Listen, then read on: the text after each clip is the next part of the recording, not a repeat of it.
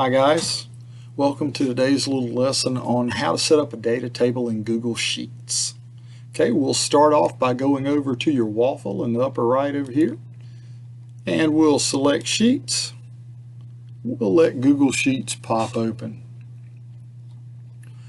Whenever we're presented with these options, it's probably best to start off with just a blank sheet.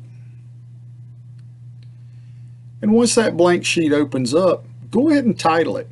It makes sense to make your title something related to the assignment. That makes it easier for you to find it in your drive and attach it to the proper assignment after you're finished.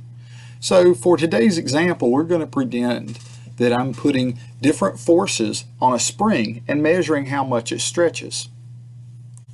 So I'm going to call mine force versus stretch. Now we'll begin by creating the table, and the easiest thing to do is to start off typing in the headings that go in each column.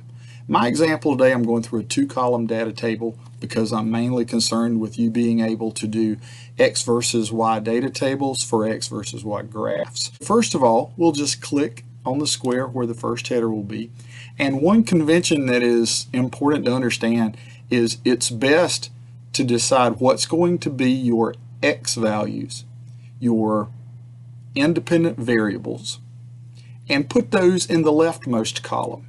Then on the right hand column you want to put your Y values or your dependent variables, because the computer's automatically going to plot X versus Y. It's going to plot the left hand column on the X axis and the right hand column on the Y axis.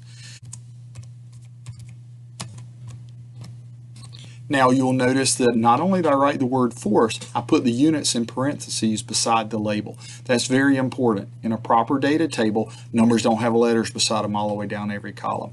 The heading has the label and the units, and that's the only place the units go. The dependent variable we're going to measure is going to be stretch, and it'll be measured in centimeters. So if I know exactly what forces I'm going to use, I can go ahead and populate my data table for the independent variables. So I'm going to go ahead and type in my forces. Now, I typed in 10.0 because I know that my spring scale goes out to the 10th place. I'm sure that I'm measuring newtons to the 10th place. One thing we'll see though is as I go to the next cell, Google Sheets does away with my 0.0 and my significant digits kind of gets messed up. That's okay, we'll fix that.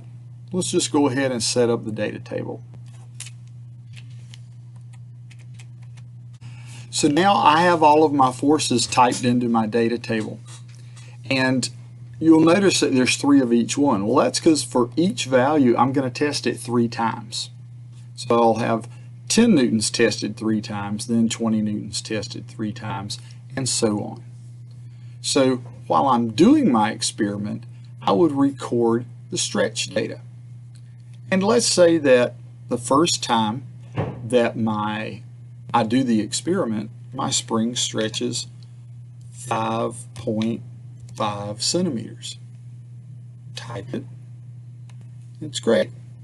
Now let's say the next time it stretches 5.0. I've got that problem again. Don't worry about it. We'll fix it.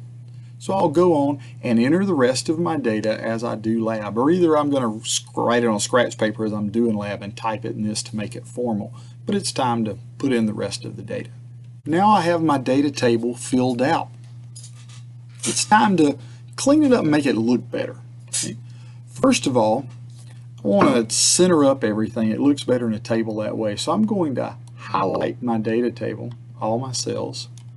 And I'm going to go up here to this horizontal align command and tell it to center them up. Looks much better. Now also, I know that I had that decimal problem. So let's highlight the force numbers. I know that they all should be 0.0. If I go up here to increase decimal places, bam, it'll let them stay. Here, I can highlight these and do the same thing. Notice that because I had some tenths place, it automatically went to the hundredths place. If you go, oops, that's too much, we just decrease one. Now everybody's back to the tenths place. So now I'm consistent in my level of precision. Because remember, precision is decided by the instrument. It's capable of measuring to the tenths place or to the hundredths place or whatever. And as long as you use it properly, you should be consistent in your level of precision, which is the decimal place that you record to. One other thing we can do to make a table look nice and uniform is to adjust the width of the columns to match. Now you know you can come up here with your cursor and drag a column width, but usually that'll only drag one. So if they end up looking way different, it looks kind of silly. Also, if you type a lot more in one column than another, it'll automatically make one wider than another. But what you can do is highlight the head layer, the A and the B, over both columns. Now, if we just pick any line and we adjust, it makes both columns the same width. We can even grab this side, slide it out. Notice it makes them both the same. That's helpful because it makes your table look nice and uniform. So now we have a very nice data table. There are, of course, other things you can do to it. We could highlight the header line, and if we wanted to change the background color, we could make it a nice blue up there, or we could just highlight the one column. No, I want that column to be red, and so forth. And of course, we can highlight both of them and say, I want my text to be bold or my text to be italics. Most of those are personal preferences. Rarely are you going to see those in an assignment from us. But that's how you get a nice, good-looking data table in a Google Sheet. And then if you want to, you can highlight this thing, you can copy it, and then you can go to a Google Doc and paste it. Thank you for listening. Hope you have a great day.